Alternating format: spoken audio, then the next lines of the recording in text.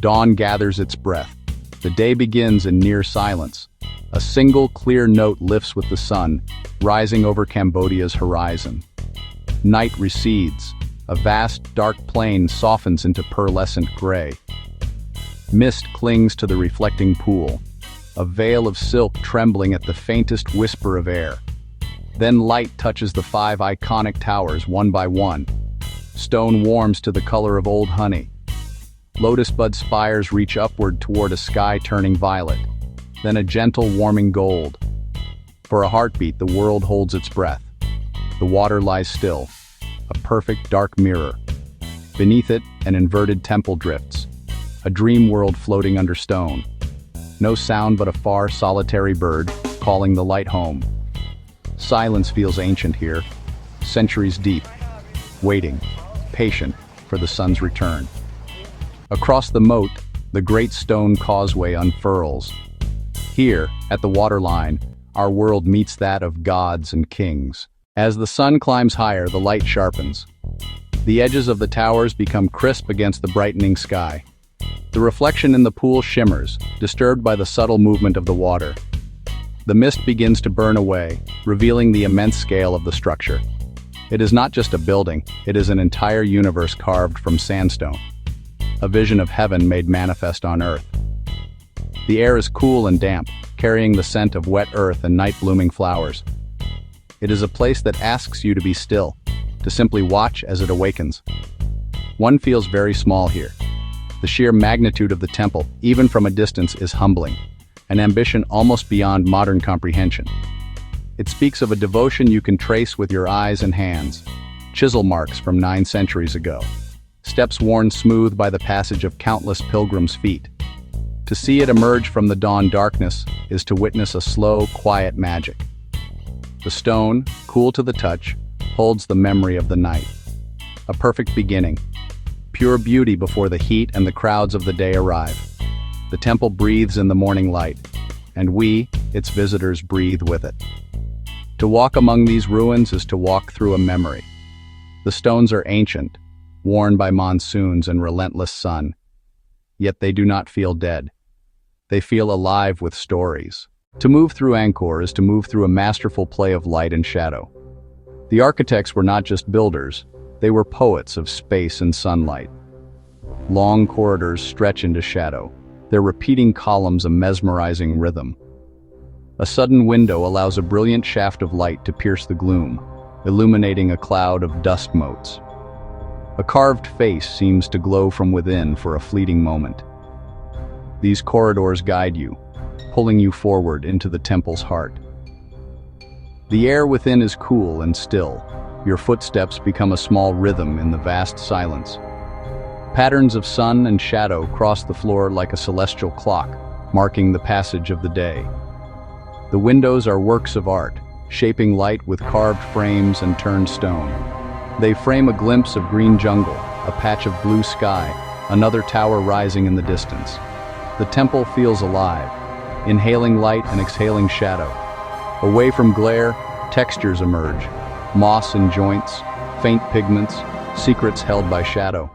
They invite contemplation. For centuries after the fall of the Khmer Empire, the temples of Angkor were surrendered to the jungle. What we see today is a long, slow, intimate dance between stone and nature. Nowhere more than Prohm, where the natural world has become part of the structure. Bayon roots over a temple doorway, giant silk cotton trees, strangler figs. Their roots are like massive liquid serpents. They pour over walls, prying stones apart with a silent, inexorable force. Not simple invaders, but co-guardians, holding walls that might have fallen long ago. A delicate balance, the created and the grown in quiet symbiosis. It feels as though the forest is reclaiming its own, not with violence but with a patient, persistent hug. Gray stone and green leaves woven into a single tapestry. The sounds of the jungle are the temple's constant music. Cicadas' hypnotic drone, birds calling through courtyards. Small lizards skitter across warm stones, their tiny feet making almost no sound. In the pools and moats, frogs begin their chorus as dusk approaches. Walking here feels like discovering a lost world. Ducking under vines, stepping over roots as thick as a man's thigh. What falls becomes the foundation for new life. While the temples speak of a magnificent past, the life that surrounds them is vibrant and very much in the present. Siem Reap hums with a gentle energy. Early roads filled with bicycles and motorbikes, people heading to markets and fields. Others tend the temples themselves. There is a steady, unhurried rhythm to the day. A fisherman casts his net near the West Baray, practiced economical movements honed over a lifetime. The smiles of the Cambodian people are a defining feature, offered freely, warm, and genuine. A woman with fresh mangoes greets you with a quiet kindness. At a stall, a bowl of noodle soup is passed with a warm smile. Children pause to wave, laughter bright and infectious. There is resilience and grace here, a spirit that endures. Food is a constant, wonderful presence, the air rich with delicious scents. Steaming bowls, herbs and lime, clean, fresh, beautifully balanced. Skewers smoke and sizzle, palm sugar bubbles sweet and smoky. A simple meal becomes contentment. Life and history intertwine, stories learned from stone itself. The spiritual heart of Angkor continues to beat, a quiet pulse in unexpected moments. You might turn a corner and find a small, active shrine tucked into an alcove. Fresh jasmine and incense left behind, fragrant smoke coiling, a silent prayer rising. Monks are a serene presence. In saffron and ochre they pass like living flames through gray stone. They walk with measured, mindful steps. At times a low, resonant hum seems to make the very stones vibrate. Grace lives in small acts of care, a daily sweep upon ancient stairs. A quiet nod and smile between strangers. Young dancers' hands mirror the elegant poses carved in stone. The monumental and the intimate, the divine myth and the daily smile. Together they make Angkor real. As the day ends, a different kind of magic descends upon Angkor Wat. The sun bathes the temple in warm gold, apricot and rose. Heat subsides to a gentle breeze. The world slows, the crowds thin, and a profound quiet returns. At the water's edge, colors drift from orange to pink to deep purple. Towers become dark silhouettes.